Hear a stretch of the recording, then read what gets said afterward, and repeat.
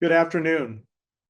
My name is Chris Faricy, and I am the director of the Campbell Public Affairs Institute and the Hicker Family Professor in Renewing Democratic Community here at Syracuse University. This event serves as both a Campbell State of Democracy lecture and a featured part of the Maxwell School's Centennial Election Series. And I am Janet Wilmoth, Director of the Aging Studies Institute and Professor of Sociology. Before we begin, I would like to acknowledge with respect the Onondaga Nation, the firekeepers of the Haudenosaunee, the indigenous people on whose ancestral lands Syracuse University now stands. Thank you, Janet. The 2024 presidential election has brought to light a significant trend in American politics: the aging of its highest-ranking officials. This has led some to describe the U.S. government as a gerontocracy. As an example, Syracuse University alum and current President of the United States, Joe Biden, is 81 years old, and over the summer announced his decision not to seek re-election, an historic decision, in part due to widespread concerns about his age and capacity to serve another term. On the Republican side, former President Donald Trump is 78 and also facing increased public scrutiny over his age and fitness for office. For many Americans, the choices available in recent elections, where both candidates would have set records as the oldest president in U.S. history, have sparked frustration. The aging trend extends beyond the presidency. Congress, the primary path to the White House for many politicians, is currently the oldest in U.S. history. Meanwhile, in the judicial branch, lifetime appointments combined with longer life expectancies has resulted in Supreme Court justices serving an average of 26 years, nearly double the tenure that we saw before 1970. Now, the term gerontocracy originally referred to a pre-modern form of government in which power was concentrated in a council of elders. These early societies valued older leaders who used their experience and wisdom to create laws and mediate conflicts. Now, there's of course nothing wrong with older leaders holding positions of power. However, the overrepresentation of older Americans in national politics could lead to a political elite who are out of touch with major issues that younger voters, like many of the students who are on our call today, face, such as climate change, technological transformation, and growing structural inequalities, particularly around generational wealth. So what does American gerontocracy mean for representative democracy? Are there benefits to having older, experienced leaders in power? Or does the increasing dominance of older politicians create barriers to addressing the long-term challenges we face? Our expert panel today will delve into these questions and explore what the shifting age demographics in both the electorate and political leadership reveal about the future of American democracy. Let's meet our panelists. First, we have Andrea Louise Campbell, who is the Arthur and Ruth Sloan Professor of Political Science at MIT. Professor Campbell's interests include American politics, political behavior, public opinion, and political inequality. She is the author of 5, soon to be 6 books, including the award-winning How Policies Make Citizens, Senior Citizen Activism and the American Welfare State from Princeton University Press, as well as numerous articles published in leading political science and health studies journals. Professor Campbell earned her PhD from the University of California at Berkeley. Next, we have Jennifer Wolak, who is a professor in the Department of Political Science at Michigan State University. Her research focuses on political behavior in American politics with a focus on political psychology, public opinion, gender, and state politics. She is the author of Compromise in an Age of Party Polarization, published by Oxford University Press in 2020. She's also published in the American Journal of Political Science, the Journal of Politics, and the British Journal of Political Science, including the co-authored article, Do Voters Care About the Age of Their Elected Representatives, which is featured in Political Behavior. She earned her PhD from the University of North Carolina at Chapel Hill. Next, bringing it closer to home, we have Eric Kingson, is Professor Emeritus of Social Work at Syracuse University, a faculty affiliate at Syracuse University's Aging Studies Institute, and an affiliated researcher with the Center for Retirement Research at Boston College.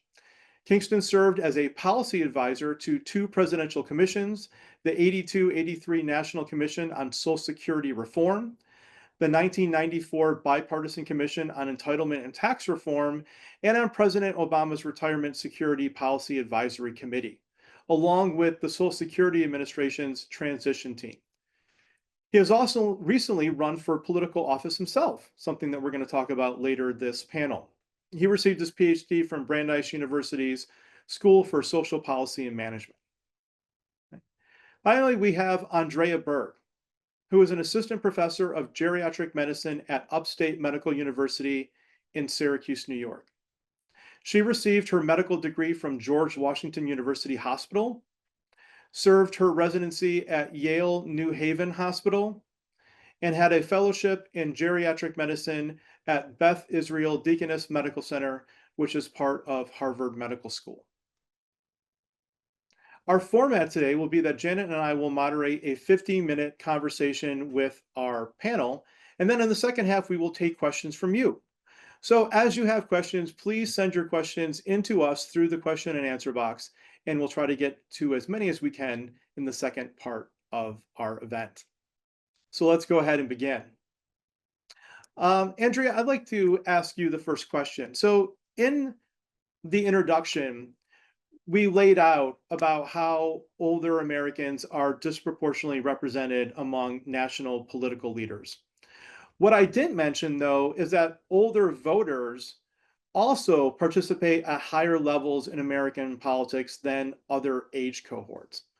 So I'm wondering if you can provide us a brief history of the political participation of older Americans in national politics and how their participation continues to influence elections today. Great. Well, thank you for the question. I'm delighted to be here, and many thanks to the organizers and to the audience members that have joined us today. I want to underscore two things. One is the incredible importance of older voters in the electorate.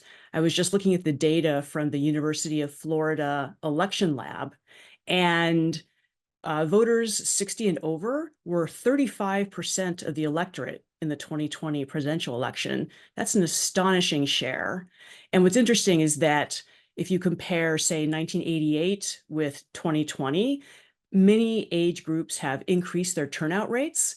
And in fact, younger groups have increased their turnout more, but older Americans still constitute, are still the most active participators, right? Their turnout rates remain much higher than for any other age group by a considerable margin, even despite the advances that younger voters have made in terms of turnout.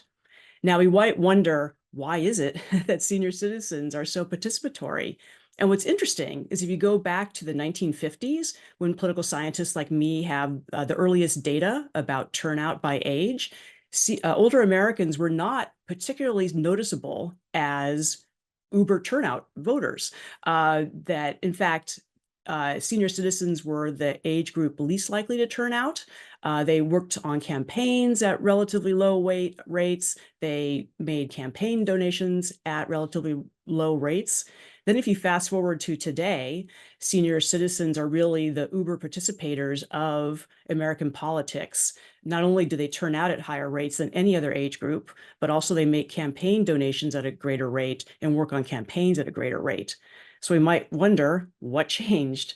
Well, a lot of it has to do with public policy. My first book, which Chris mentioned, is about Social Security and how its transformation over time enabled senior citizens to become the super participators that they are today, and really through three mechanisms. So think about Social Security at the very beginning was actually a pretty small program. Not everyone received it, and the benefits were not very generous by today's standards. Over time, more people joined the program and benefits became more significant. And that, I argue, enabled seniors' participation through three mechanisms. One is it provided a steady income, maybe not a huge income, but a steady income that enables participation because of that financial security. Two, it gave senior citizens an interest in public affairs by tying their well-being to this government program and government activity. And third, the over 65 group is quite diverse in many ways, but the program created a political constituency by, conferring a government program on the basis of age. And that created the basis for mobilization by interest groups, by political parties, by candidates. And so in short, seniors participate at high rates because they can, they want to, and they get asked to. So that's one of the biggest changes in American politics over the last, say, 7-8 decades. Great, thank you so much. So I'm going to open up to our panelists to see if they have any follow-up questions, but I'm going to take prerogative to ask a question about what is being projected forward in the growth of the younger age cohorts. So last year on campus, we had Professor Munger out, who's written a book about the generational divide and kind of the growth you see among Gen Z and millennials. And given that your work highlights the importance of Social Security and Medicare, do you see there being a new rift potentially in American politics between younger voters, like a lot of the students we have on the panel who, when I hear them in class, they talk about frustration about college expenses, not being able to purchase a home, potentially delaying marriage because of career concerns, and how much of the federal budget is tied up in those two programs, and the fact that with increasing life expectancies, that it's not too far away where the largest voting blocks might be both the baby boomers but also these younger generations. Yeah, that's a great question. The younger groups under 45, under 30 are large. Thus far, they turn out at far lower rates. So people under 30 were only 14% of the electorate in 2020. People between 30 and 44 were only 23% compared to seniors 35%. That said, these are large cohorts, and as they get older, they may turn out at higher rates. Thus far, we have not seen big generational divides in opinion about Social Security and Medicare. Social Security in particular remains one of the most important and I should say most popular functions of American government across age groups. We do see differences in that younger people are more skeptical about whether they will receive benefits. They're unsure what the trust fund shortfall starting in 2034 means for them. Some think it means Social Security will disappear, which is not the case. We can talk about that later. And so you hear, anecdotally some of these concerns about Social Security, but it hasn't, as far as I know, manifested in dislike of seniors, anger over Social Security is sort of taking things away from younger groups. I think that these issues of student loan debt, the unaffordability of housing are still seen as somewhat separate from Social Security and Medicare. Maybe that'll change, but thus far, the hypothesis of generational rifts has not really materialized. Okay, great. One quick follow-up. So there's the power of older Americans at the ballot box and through various forms of participation. I'm also curious about more institutional power, in particular, the role of the AARP as an interest group, and also more the role of donations and money in politics. So the donor base obviously trends older. And is there something to be said about the story of gerontocracy where older donors feel more comfortable with older politicians because they are more likely to have personal relationships and a history with them? Is that at all part of the story?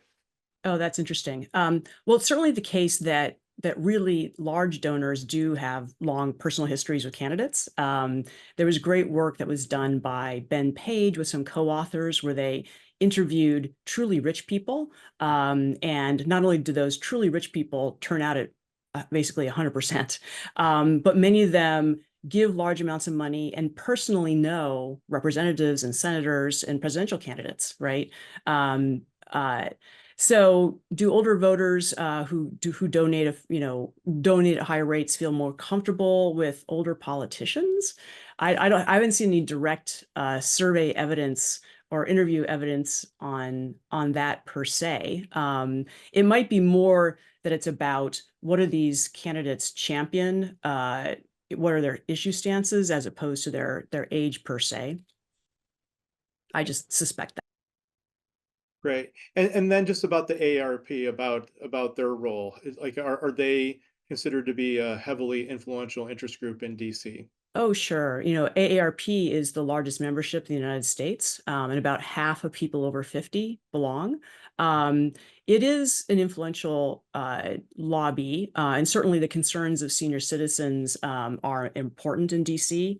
I think what's going to be really interesting is what happens, not so much in this election, because it's not a big part, Social Security and Medicare are not big parts of the agenda on this election. We hear more about other issues like immigration, border security, abortion, and so on. But coming up in a few years, Social Security and Medicare are very much going to be on the agenda. I mentioned that the Social Security Trust Fund is going to be exhausted in 2034. Medicare is in kind of tough financial shape as well. And AARP has very strong stances in defense of those programs. And so we'll see whether the strength, and at the same time, many older voters are very skeptical about real structural changes to those programs, and certainly against cuts in those programs. And so in coming years, not so much this election, but in coming years, I think we're going to see some really interesting politics about the future of these programs and how do we balance the desire of these older voters who are very important constituency for both parties with the desire of some of these really high level donors who are not so keen on entitlement spending. So preview of future attractions in American politics. All right, to be continued. Eric, did you have a follow-up? Yeah. Sure, just a couple. One, as Andrea was saying, older voters are essentially always voters. The turnout is dramatic of older people. And they're heterogeneous voter. So up until this past year, the majority of older voters, I think from about 1990 forward, went for Republican presidential candidates. This year, it's unclear. At one point, when Biden was in, it was a little bit ahead. Then when Biden had his debate, it dropped. Their support of Biden dropped significantly. And now it looks like it's even between Harris and Trump. The other thing is at stake, it's interesting. We define a lot of these issues as older issues. The reality is young people have more at stake in changes in Social Security that are being proposed than today's old. There are changes that are proposed innocuous, it's seemingly innocuous. Oh, just a little change in the benefit formula. Well, the ones that are put forward would turn Social Security in a far less adequate program and into a flat benefit in many years. And there are other things like that. Young people under 65 today, Boston College's Retirement Research Institute, Retirement Center at Boston College, has a mechanism called the National Retirement Income Index, something like that. And they put out, their analysis over the years has shown that roughly half of all people under age 65 are, and especially younger people, middle age and younger people are facing a retirement income crisis, that 2/3 will not be able to maintain their standard of living in retirement. They show that half won't be, but when you add in healthcare costs and long-term care costs, you're talking about 2/3 of young people. That's hugely important. And there are other groups talking about eliminating some of the so-called auxiliary benefits, like benefits for surviving children if their parent dies. So there are a lot of issues there that are very important that get defined sometimes as the old people don't want this to change. So just add that in. And Andrea, please comment, or anyone else. Thank you, Aaron. Oh, And, yeah. and I appreciate you turning the focus to that these issues matter for, all voters.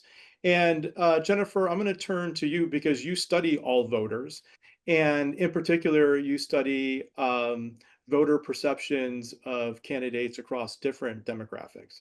So one thing I mentioned in the beginning is that in recent presidential elections, Americans have been presented the choice of usually two older candidates, and that in surveys there's been some frustration with their choices. And you have really valuable insights from your research on how citizens perceive and evaluate the characteristics of political candidates, including age. So I'm wondering if you could share your findings with us, and in particular, whether voters reward or penalize older candidates, and if constituencies hold different views of their own representatives based upon age. Yeah, thanks so much.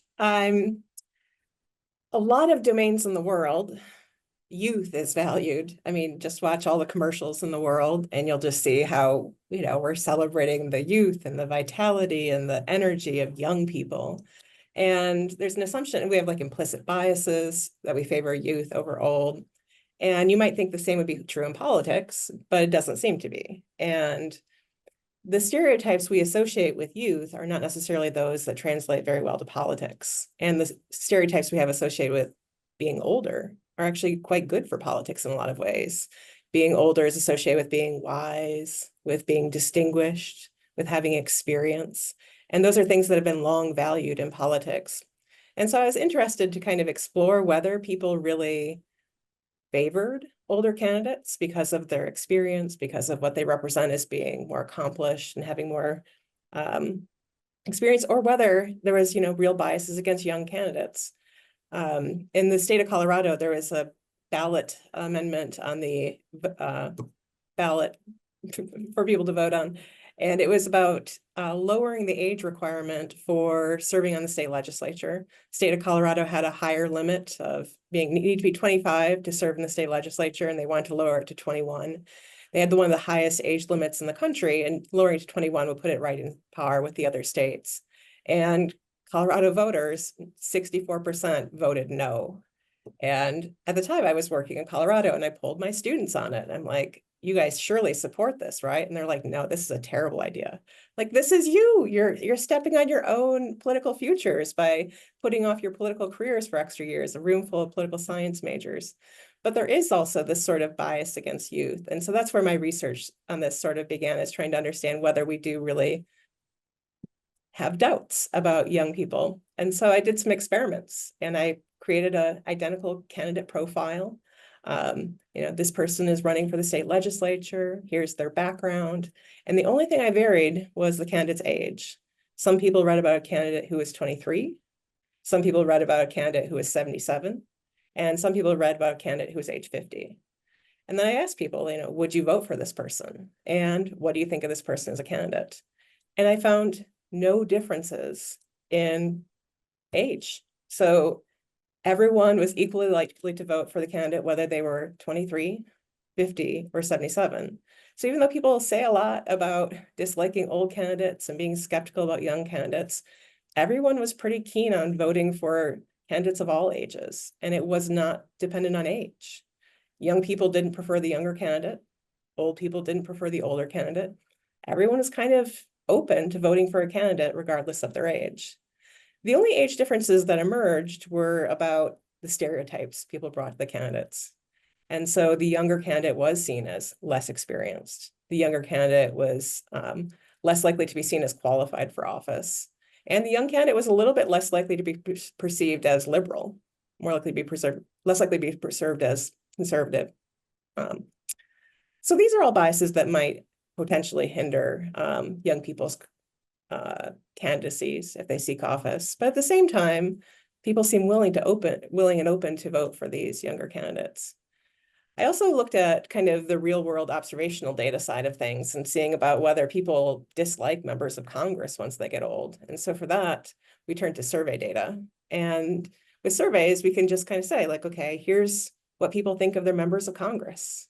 And, are the older members disliked compared to the younger members?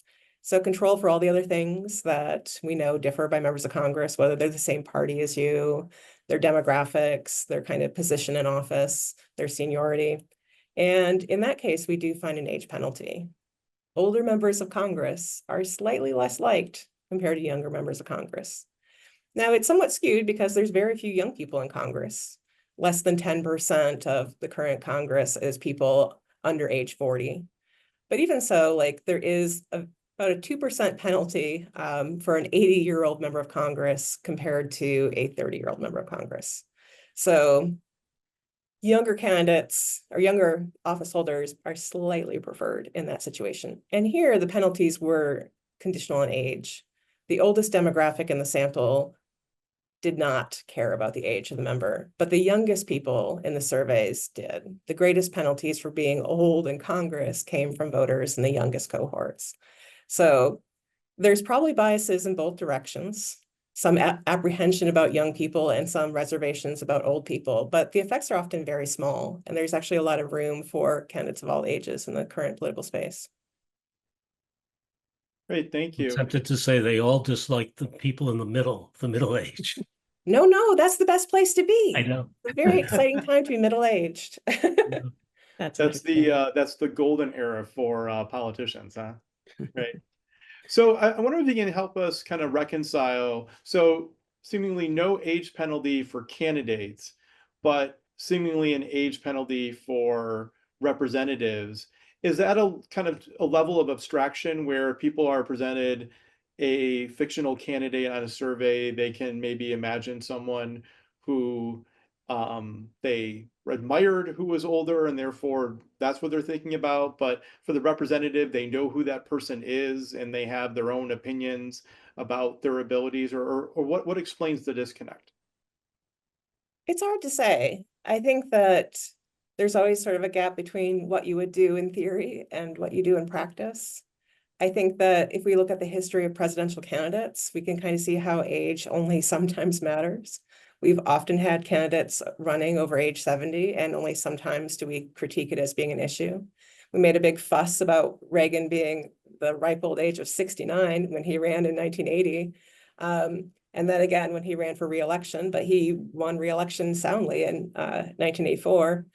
And we didn't crab about age very much at all in 2016, where we had a candidate who was 69 and one who was 70. So I think age ends up being this kind of thing that comes into the narrative depending on what else we're talking about.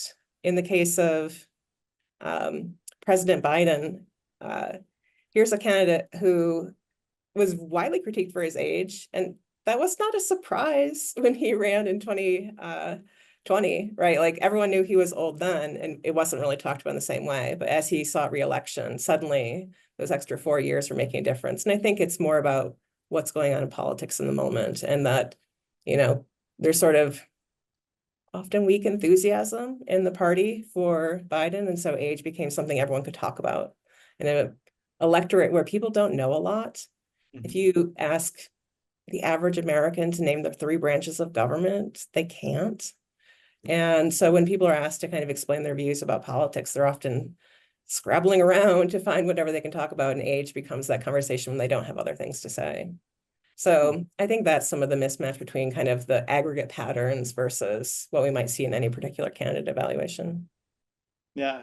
And I remember from one of your articles, you brought up the example of Bernie Sanders and all the enthusiasm he generated, right, just in 2016 among young people, and then how that changed, right, with Biden 4 years later and then 8 years later. Yeah, and young people had young candidates that they could have preferred in the 2016 primary, and they didn't. So certainly age is less important than party and less important than ideology to nearly everyone in the electorate. Great. Do any of the panelists have any follow-ups for Jennifer at the moment? I have a follow-up, and this is slightly unfair to Jennifer, so apologies since you're a political behavior person and not a political institutions person. But I'm always struck if we see photographs of politicians in other countries, and I'm especially talking about, say, Congress versus parliaments in other countries, that the candidates and the elected officials are so young. And I was wondering if you could share with our audience a little bit about why is it that elected politicians in the US are so much older on average than the elected politicians we see in other rich democracies? Yeah, I love that question because it's, if you kind of look and you see that voters are sort of not really hostile to seeing younger candidates run, why aren't we seeing more of them? And if you ask young people if they want to run, they're really not interested in it. We have pretty clear survey evidence that, a group of young people who have grown up with an entirely different sort of internet life than older generations have know the real costs of being a public figure. The idea that everything you do might be on YouTube, that every step you make will be critiqued by some jerk on Twitter. And, the attitudes of young people are really reserved about running for office. They're also turned off by the incredible costs of running because it's so expensive to run that it's not really viable to run for a lot of offices when you're in your 20s or early 30s and you don't have a few million of personal wealth to bring to the contest. And so there's certainly a lot of both kind of structural barriers of incumbency. Parties may be less likely to recruit younger people because they perceive the voters as being biased against them. The rewards of being a long-served member, the kind of ways we've drawn districts to kind of keep the same members serving over and over again. But you also can just add in the sort of young people's fears about wanting to do a life in elected office. A lot of politically interested young people just see a better path through policymaking, through nonprofits, through other spaces to kind of achieve their goals of making the world a better place.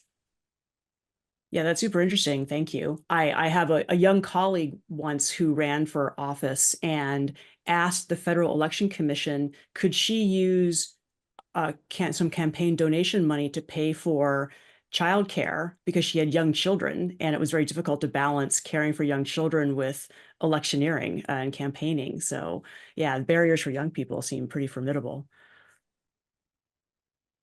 So let me pose this question to the panel.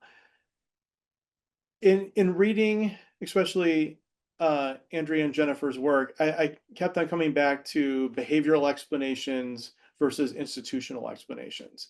So let's say, okay, tomorrow we have public financing of campaigns. We across the board lower the age for running for all types of offices. We institute programs within the Republican and Democratic parties for them to recruit younger candidates. If we address the institutional side, do you think there would be a tectonic shift, or do you think that the behavioral obstacles are still just too large?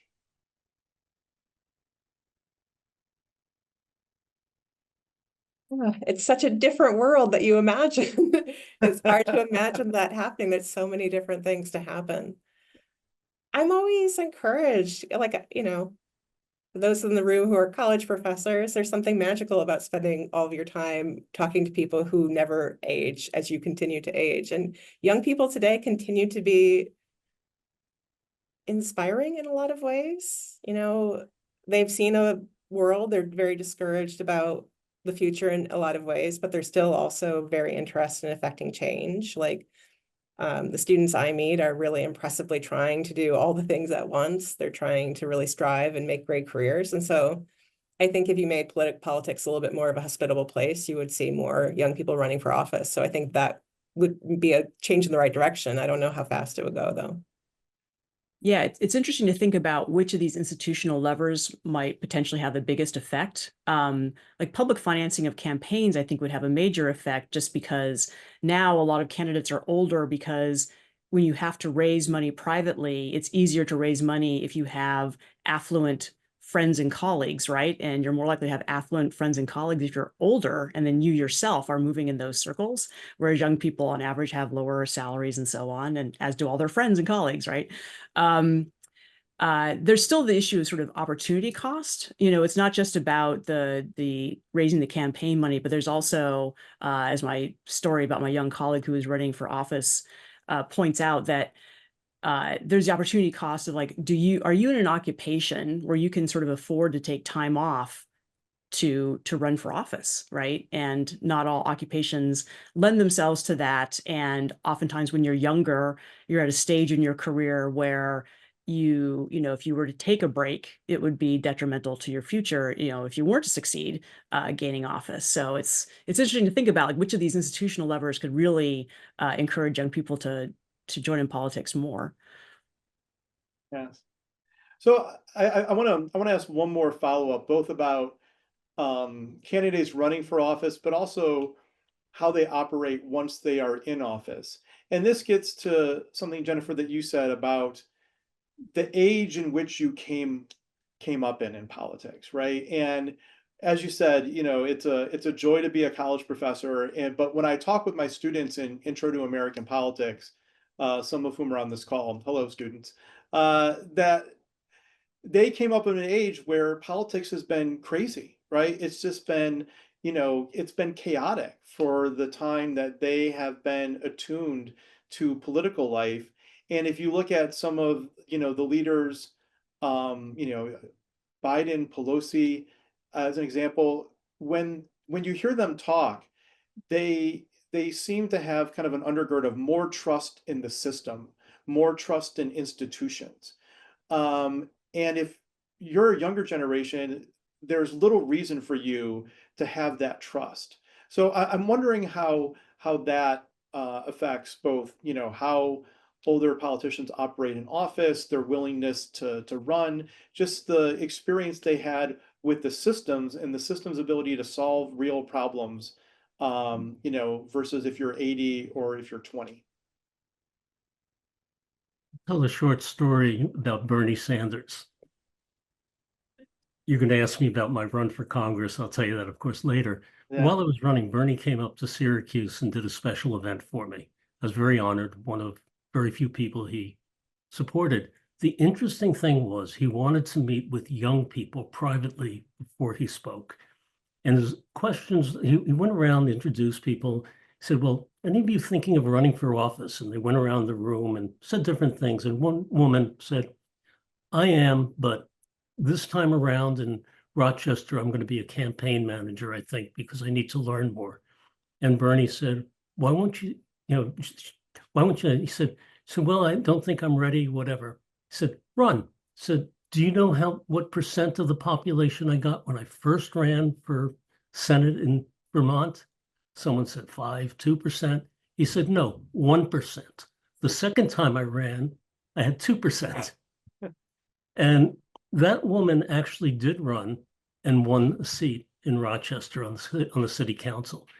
There's an effort to bring people forward. And I think that's also very true in terms of conservatives who've really tried to groom a lot of young people.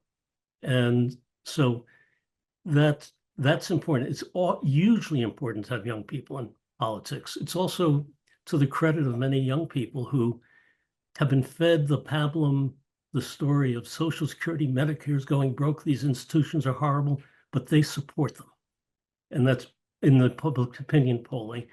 Some of it is because they have grandparents, parents. Some of it is they probably don't want to have their parents move in on them at some point either. But so anyway, I think there is an effort to engage people, but not by everybody. It's hugely important though. Great. Thank you. All right. I think I'm going to now turn it over to Janet. Janet?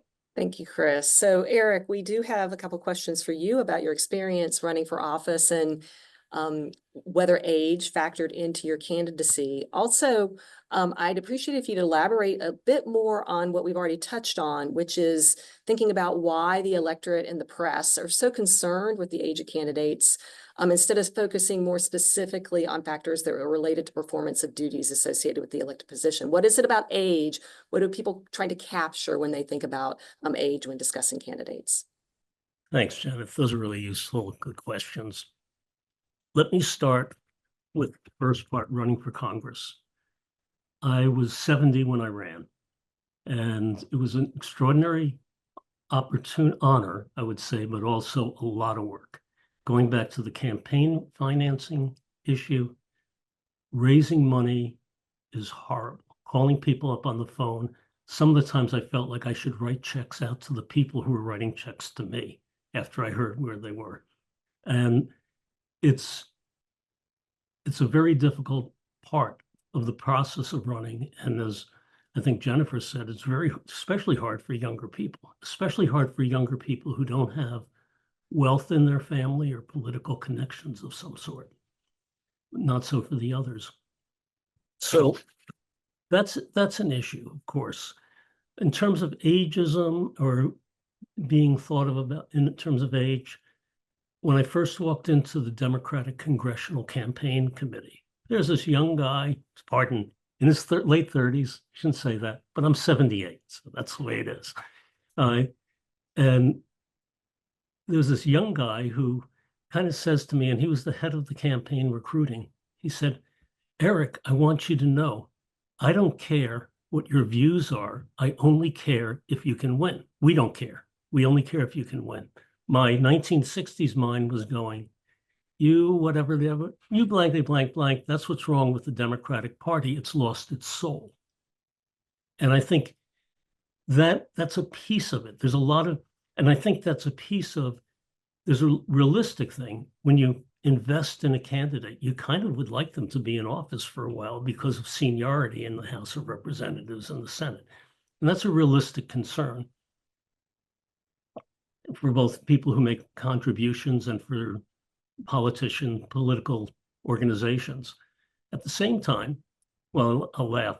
After the campaign, a few people came up to me and said, "Hey, Eric, I didn't know who you were. I wish I did. I would have run for you. I hope you're going to run again."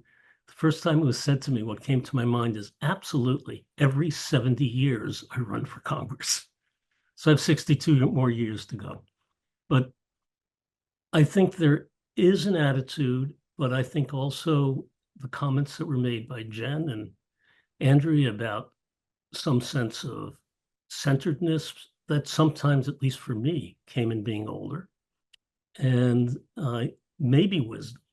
I think there's, I think about the run and I think I would have liked to have done it earlier. I'm sorry I didn't, but I couldn't for many reasons, one of which I wasn't mature enough to do it and settled enough to do it.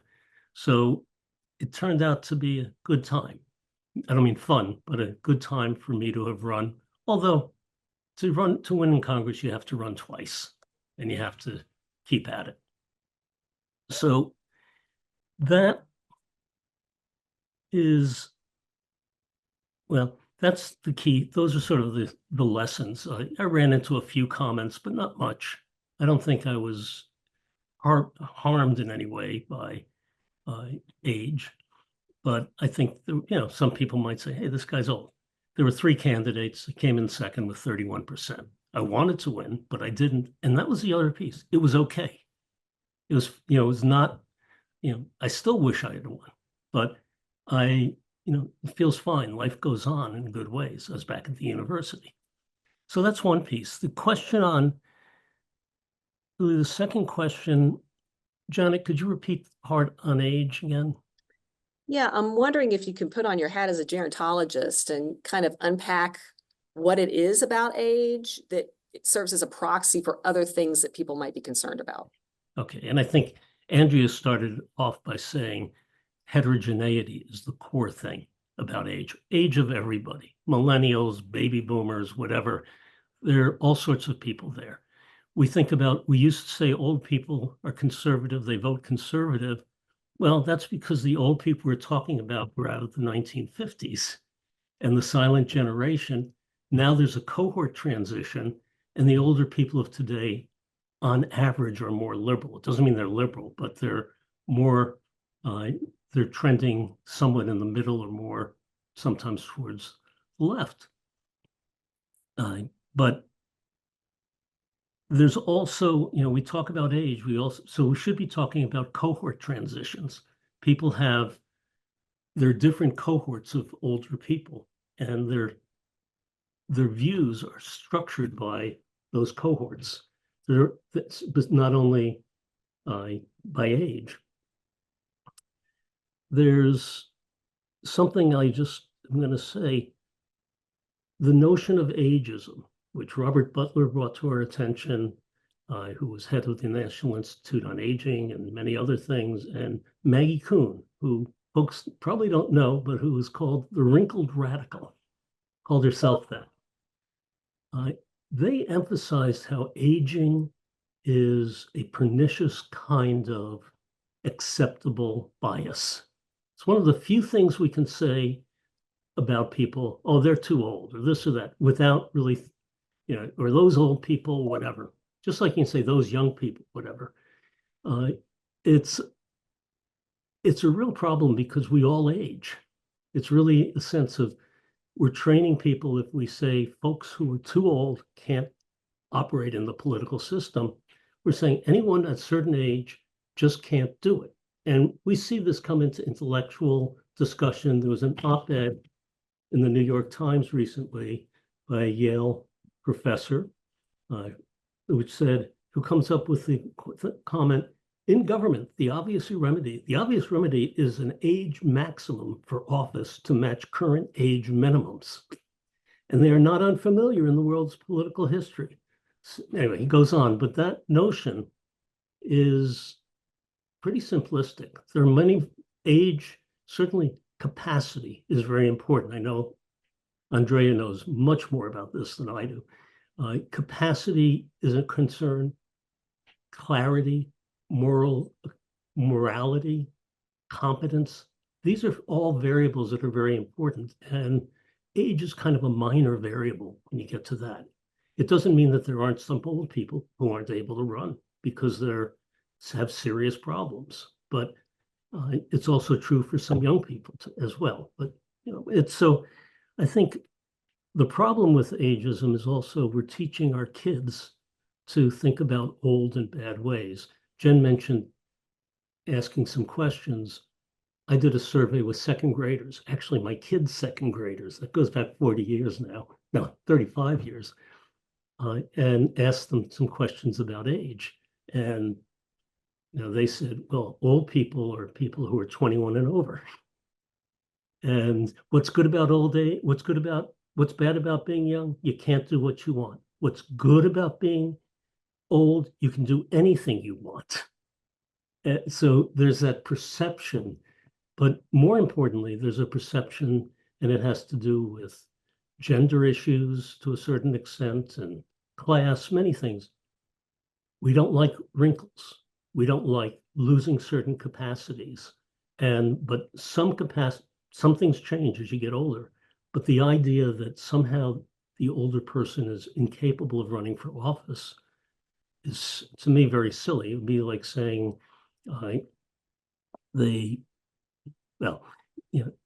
like Dan Callahan's discussion of not treating older people at a certain age. There's, again, some people would make that case. Others would say we have to be very careful with how we use our medical resources, but that doesn't mean we need an age limit on techniques. Would you not want to treat Pablo Picasso, who's was extraordinarily productive?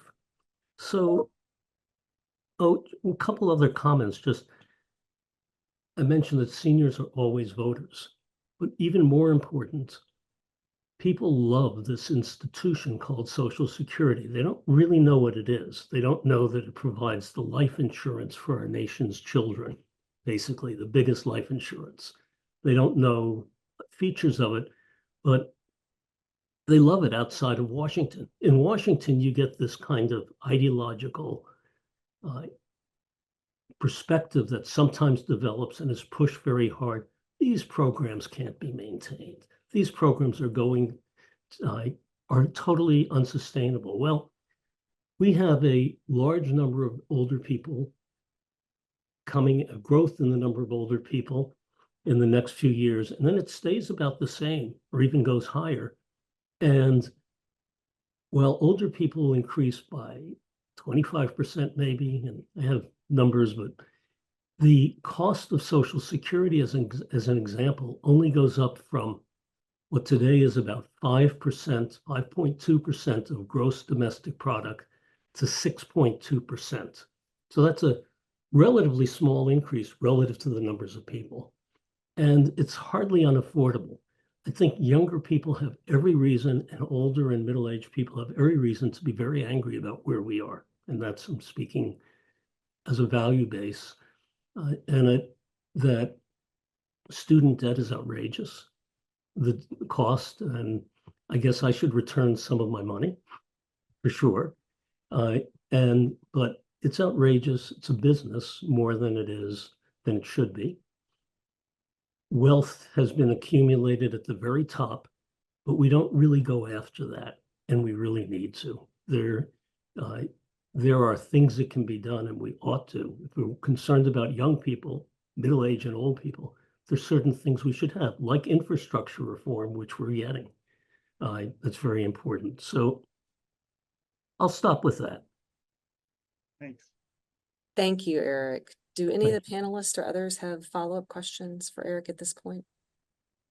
Can I just say one thing? And the gerontologists here can know more about this than I do, but it's interesting to sort of think about the skill set that one needs to be an elected politician, because many politicians develop expertise in certain policy areas, but you're really called on to be a generalist, right? You have to vote on bills on many, many different policy areas. And so you need to know a lot about a lot of stuff.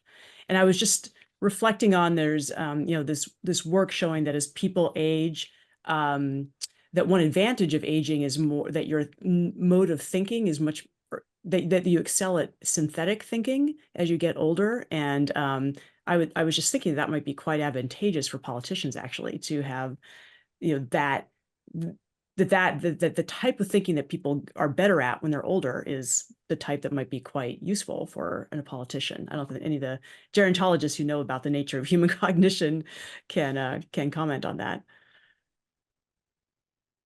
I might jump in as a geriatrician, that there's changes that happen within the normal spectrum of aging. And so definitely there's some of those things that might present themselves as an individual as a positive attribute, like you're saying. And then there's equally other things that are on that spectrum of normal aging that might make things more difficult too. And I think it's important that we give both equal validity, that health is a concern, and that certainly, we can't blanket make an evaluation based off health based off of chronological age. We've talked about the diversity or the heterogeneity of older folks. That's never more true than on a biologic level. But there are some truths to things that we expect within normal aging. So, cognitively, we also, to kind of counter it, typically processing speed slows down. And memory, there's a delay in recall that there might be, and that might affect somebody's performance if they're responding in, say, a debate, or if they're, and so determining, how that's really going to have an impact on performance. I don't think it's something that we can do sort of just watching from the outside.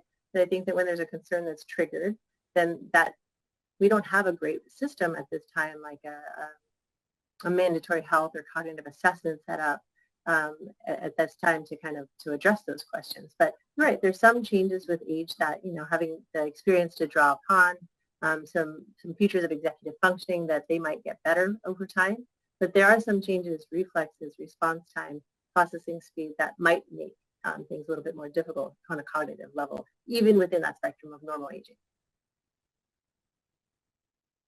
Thank you, Andrea. And thank you, Andrea, for bringing up that question, because I was going to ask that, and I will ask a follow-up, which is, I appreciate having you talk about sort of normal age-related cognitive functioning changes. What are some of the warning signs that a candidate or someone else, a loved one, might have a neurological degenerative disease that could hinder their performance of the tasks of their elected office, let's say? And could you comment on that, more on the neurological disease into the continuum? Sure. So cognitive changes are harder to measure sometimes, right? So we often rely on reporting informants. A lot of folks come into our office for assessments based on people that love them, know them well. Much more often themselves sometimes. So sometimes it's that collateral information that there might be some red flags, that there are lapses in memory, that there's more forgetfulness or difficulty with word finding, or again, there's response times. But there's a disconnect in trouble, in troubleshooting or problem solving, some of those complex reasonings. So those concerns, those signs that might be different than somebody's prior baseline, that's usually what prompts a cognitive assessment that we can do in a really standardized, validated way, as opposed to just sort of brushing everything off to just getting older, because that doesn't do anybody anywhere. I think it's really important that we prioritize health just for everybody's overall well-being, and that it's not a punitive thing. If there's concerns raised about cognitive health, that there are things that we can do to promote cognitive wellness and overall healthy aging. So I want to make sure it's not stigmatized that there's any sort of concerns that might be associated with aging is a bad thing. That's something we should, similarly with mental health as well. As we get older, I think that's something that we don't always screen for enough, but it definitely factors in on people's cognitive and functional performance, especially in really stressful jobs that we're talking about here. So early identification of cognitive decline is really essential because it's often associated with other factors that there could be interventions for. One thing that comes to mind is hearing loss, right? We now know that early stage hearing loss can be very impactful in terms of being related to cognitive decline. So some intervention around hearing aids can be beneficial, for example. As a easy little line fruit, yeah. I'm sorry, go ahead. There's additional things too, all cardiovascular health, heart health is brain health. So often, cognitive things are not always having to be a primary brain issue. Not all changes are neurodegenerative. It's important. That's why I brought up the mental health, but, other medical conditions that are just more common as we get older, hypertension, diabetes, all of those things, if poorly controlled or left sort of unchecked, can have negative impacts on cognition. Or other medical conditions, sleep apnea, like you said, hearing loss, sensory deprivation. Those are all things that don't always result in the brain being the issue, but at the end result, cognitive performance and functional performance is compromised. So as a follow-up question, I'd like your perspective as a medical professional. It seems to me that medical professionals are often not engaged in a lot of the public discourse around any particular candidate's physical health and cognitive functioning. And I'm just wondering if there's professional norms or ethical codes that really preclude the engagement of medical professionals on those topics in a public forum. I think there's some natural hesitancy to combine, and there's some definite limitations that I have sort of as an employee of a particular institution, and then making voices about, potentially partisan topics. I'm almost a little nervous in entering into it now because you just don't want to get yourself in trouble. I don't think what you're talking about, though, is specific only to politics. I could actually turn the lens inward to my own profession. These same concerns of sort of fitness as we get older exist within the medical field or within any other sector of public service. And so it's sort of, I don't know what the barrier is other than sometimes it's very difficult to find like an institutional, a standardized metric that balances both what we're always focusing on is like autonomy of a patient and their right for privacy, and then also balancing that with sort of the collective safety of the public. And so it's hard. I think that as a professional, I primarily do clinical medicine. I'm mostly focusing on that autonomy and the individual health, and it's difficult to sometimes raise that. And there's a lot of resistance, even within medical institutions. There's been a lot of resistance when we sort of brought up the idea that should there be some sort of a mandated health and cognitive assessment to some of our like interventionalists or our providers as they're getting older to ensure that they're still able to do this fitness for duty. And there's a lot of disagreement on that. So I don't think it's that different than if we were to kind of change that lens into like political arena. I think there's a lot of commonalities. I mean, that could be true about almost any profession, right? That is serving and needing executive functioning and physical fitness to do their job safely. That's great. I'm wondering if I can jump in, Andrea, and ask you a follow-up to something that you mentioned.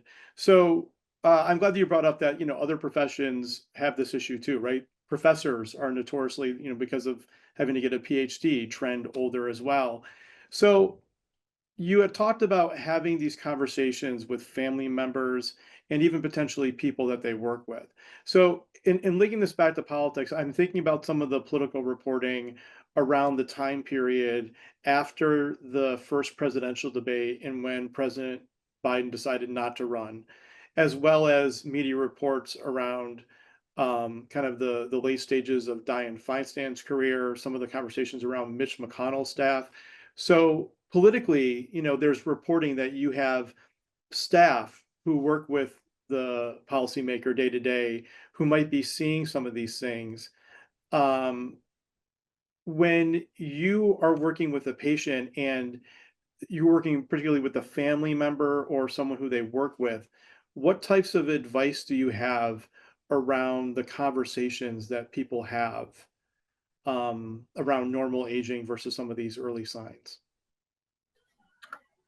Well, I guess twofold. One, in how I would approach that at all is that I think that we need to define and to objectively measure, how much of what they're appreciating is an objective deficit versus just a perceptional change and maybe within normal. And we can do that with validated metrics, So we usually do some screening tools. I think that kind of came out of the press. The MOCA, the Montreal Cognitive Assessment, was sort of splashed over the television a few years ago when President Trump had taken it and performed on the test. But that is a validated metric that should be part of sort of as a screening tool by trained providers to do. And then if that's positive, further evaluation is certainly warranted.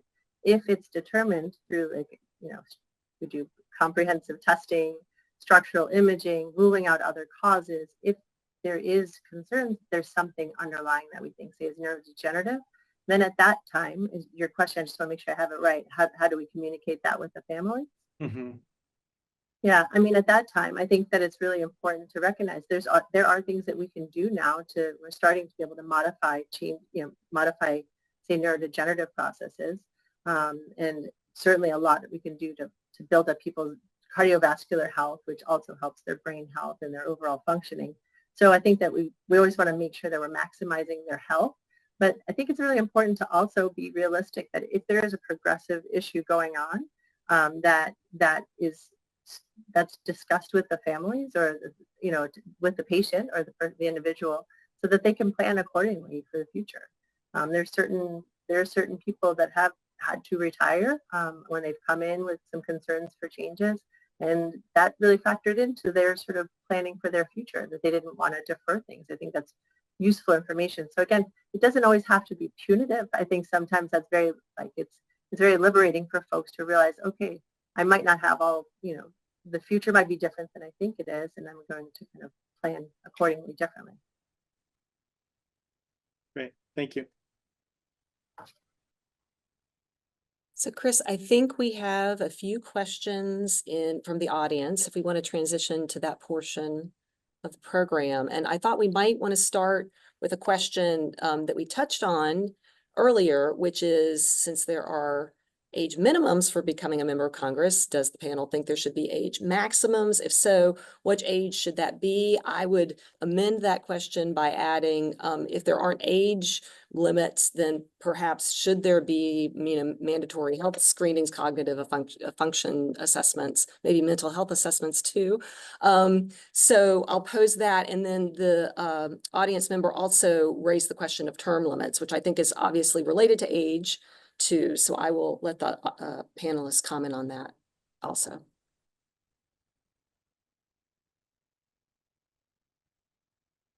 I might just jump in kind of quickly first that the number alone, I balk at that. Like I said, from a medical standpoint, just having a number be the cutoff, that doesn't make a lot of sense to me, because if I have 4 80-year-olds, there's so much more diversity among those 4 80-year-olds than say if I was treating 4 15-year-olds. So, you know, that heterogeneity, the number, the chronologic number doesn't help me much in informing somebody's health. So, but do I think that having some sort of mandatory health and cognitive assessments as part, I think that's very helpful. And I think that, you know, there's not one agreement on it, but there's a lot of guidance. The United States Protective Task Force, they have recommendations, sort of soft, that there is cognitive screenings for everybody 65 and older if they're showing any symptoms, that they are having some formal cognitive screening done with their providers, and that there's some health screenings done after a certain age. And the American Geriatrics Society and the Alzheimer's Association, they also have similar, you know, recommendations that if there's any sort of risk, then you have annual screenings, and they often can be sort of rolled into somebody's annual Medicare wellness check. So that's usually when that happens. But as far as having term limits, I'll defer that to some of the other folks. But the number alone, I think that doesn't make a lot of sense. But I do think that, you know, it brings up the screening for sure. And then, but I don't know, then what do you do with that? You know, is it are voters or the public, you know, should they know about the results? Is that something that, you know, how you breach autonomy? How much should we know about an individual's health and personal information is sort of a whole different topic. Andrea, with much respect for you and what you said, I would disagree with that as a policy, because it would be a form of institutionalizing ageism. If we went ahead and did that, let's talk about competence in a much broader way. And people have competence problems throughout. There are people throughout the life course who have competence problems. I wouldn't focus it on the old. I'd be very worried about that. And it would establish a different norm in terms of that. But should someone who isn't able be involved in as members of Congress or president? Of course not. Neither should people who lack a sense of empathy, morality, probably more important than age. But I don't think we can screen for those. Ultimately, I think the voters have to screen for them. And also, sorry, no, go on. I wanted to just clarify that again, it's not punitive. I would advocate that older folks, and by that we arbitrarily use this number of 65 and older, that are showing any signs of high risk or red flags, they warrant a more comprehensive approach to their medical evaluation, more to make sure that their needs, which are more complex by nature of sort of medical complexity, are met appropriately, not in a punitive way, but that we're not just doing a quick blood pressure check. We do have a cognitive assessment, health, and mental health as well as physical health. You know, it's a really important part holistically to make sure that we're taking care of people as their medical needs get more complex over time. Just to be clear, I didn't think that it was being put in as a punitive concept, but I think it could be turned in ways that would be problematic. I just want to acknowledge that on this point, as you were talking, an audience member asked, should there be cognitive tests for voters? So many vote against their interests. So I'll throw that into the mix for you to consider. Yeah, you know, it's interesting. This conversation is showing there is so much diversity and heterogeneity, and as Andrea said, it increases with age, right? And yeah, so having a sort of one size fits all regulation or something is difficult and probably inappropriate. Just on term limits, you know, there's been so many, you know, historically, there's been so much talk about term limits. They're not allowed constitutionally for Congress, but a number of states have them for their state legislatures. And I think a lot of political scientists are, you know, one thing about term limits is that it means that elected officials who have experience are turned out of office. Now, they may run for higher office, right? But it also means that that body that is subject to term limits loses that expertise that those elected officials have gained over time, and it could open up the possibility for influence of other actors in society that voters are probably like even less than older politicians. By that, I mean like, organized interests and so on. We oftentimes see them sort of stepping into the breach when we have less experienced politicians in a given, say, legislative body. So there's trade-offs here, right, for these kinds of policy interventions. We have another question from an audience member about the intersection of age and socioeconomic class. So this gets on issues that Eric mentioned and that Andrea mentioned earlier. I'll tell kind of a quick story. I was helping run a congressional campaign in 2002, and the candidate and I were walking and doing door knocking. And I asked him, his process about deciding to run for office. And he mentioned going to DC and meeting policymakers. And he said a story kept on coming up over and over again that Congress members told him if he could answer this question, he would know he was ready to run for office. And the question put to him was, are you ready to go home, take out your wedding list, and then call everyone on the wedding list and ask for $10,000 to $20,000? And he was told by sitting members of Congress, if the answer to that question is yes, then you're ready to run for Congress. If it's not, then you're not. So the audience member question, relates to this idea of kind of generational wealth gaps, right? That older Americans tend to have much more wealth than younger Americans. And it not only goes into their ability to run, but also the policies that they might favor once they're in office. So is part of the potential bias we see towards the wealthy in the American political system a result of gerontocracy? Well, we can add in a few more things too, which is that, in a lot of places, being a state legislator is not a full-time job. And so you have to have a career that can support you in the times the legislature is.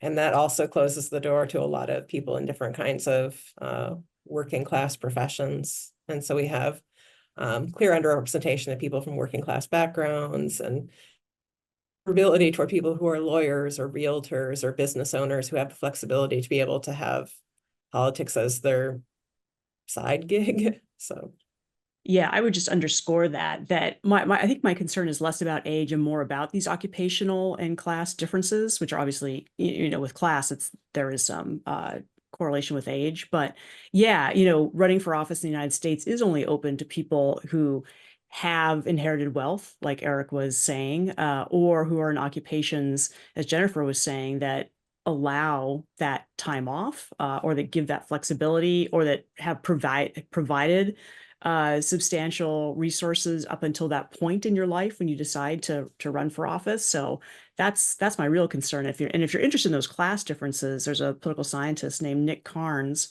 who's at Duke, who's written extensively about the access to running for office that's afforded by class differences, and the fact that working class people are so underrepresented among elected officials in the U.S.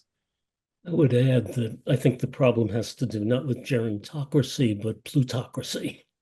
That there's tremendous concentration of power at higher levels. Some people at high income levels are lovely people, but we have seen wealth become as unequal as it was in the Gilded Age and just before the Great Depression. It's dramatic. And we've seen serious investment in building views like through the Heritage Foundation and grooming young people, which is perfectly legitimate, but it's money really structures the politics. When I ran, I asked a member of Congress I respect very much and said, do you think my running would pass the smell test, was my question. And she said, absolutely. But if you win, you have to understand, you're going to have to be on the telephone calling 3 days a week for money. And I thanked her. In my head, I wasn't going to do that. I was going to win and I wouldn't do it. And if I didn't win again, tough. But I don't know but that was sort of how I view it. But that's something that, again, women can't do as easily, to the extent that childbirth is gender-based. Women, younger people who have many responsibilities that are in family, but also their work. It's harder. So and if you do it parenthetically, you lose your soul. You don't have time for family, friends, or your job of representing people. So but that's the state we're in, though. So you have to do it. But 3-4 days a week is horrible. So this has come up a number of times. I wanted to ask the panel this: the intersections of age and gender, or age and race and ethnicity. Do the answers to any of the questions that we've posed so far change at the intersections? And I'm sorry to jump in on this, but a Sure. lot of times we frame politics in terms of age versus race, young people versus old people. The issues are far more complex and intertwined. Old people get Social Security. Not true. Some do, but throughout life, you're getting protection and you pay in. Maybe you get something when you come out, when you get old, but it's an interdependence. Our generations are not separate. So but there are also clear differences in terms of race and economic class and gender, especially for older women, very older women. So anyway, I'm cautious when we get into young versus old, because we can say, oh, more money is spent on young people, on old people than it is on young people. Well, depends how you count it. And it's not a matter of more money. It's really, are we spending money on the right people, particularly taking into account social class, gender, racial, ethnic issues that are very important.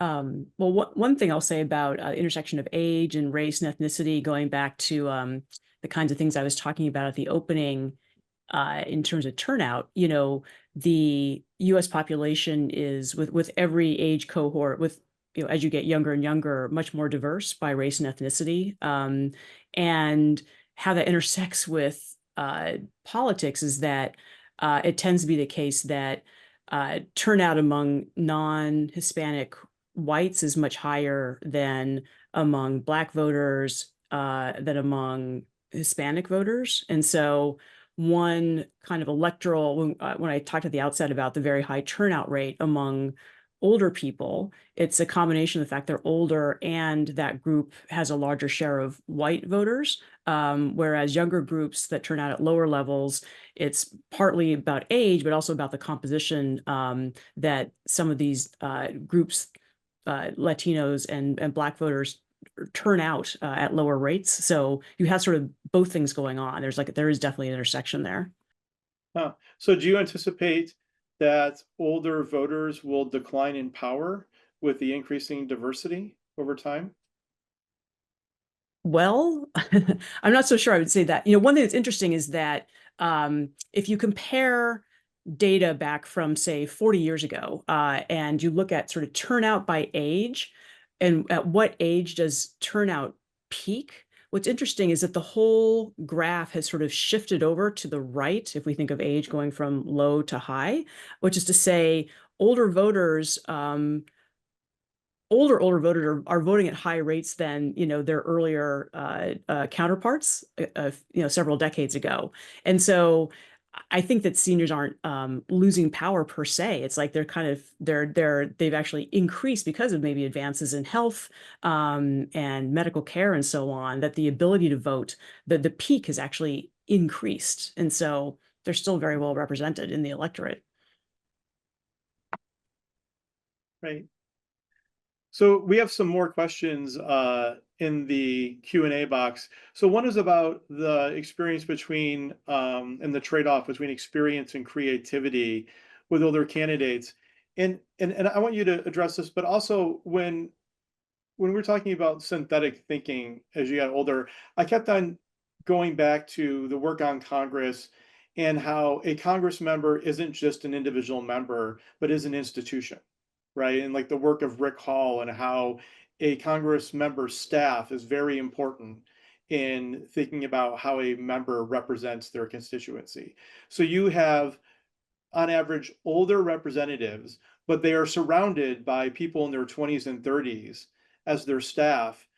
Is that a system where we get the best of both worlds, where we have the synthetic thinking of a elected official as they're overseeing a congressional staff in their 20s and 30s?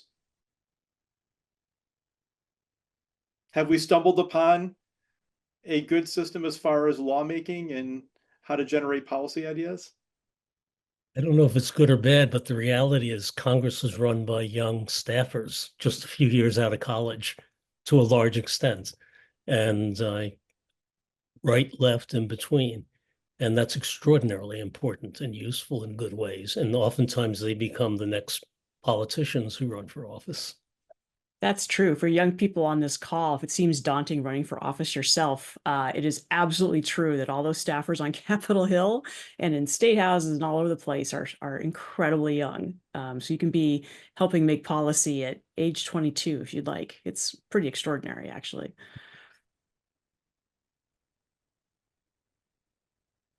Great. So I actually have one question I wanted to ask about changes in kind of culture and society. So if we look out at entertainment, music, sports, we see the success of a lot of older folks, right? So like last year, I went to see U2 at the Sphere. We have a lot of movies where older actors like Tom Cruise arguably is still one of the biggest movie stars in the country. And again, a lot of, movies seem to be populated by older actors. We have stories about, athletes performing into their 40s and 50s. So has that change in the culture and seeing older people be successful in movies, entertainment, business, sports, changed attitudes about older politicians?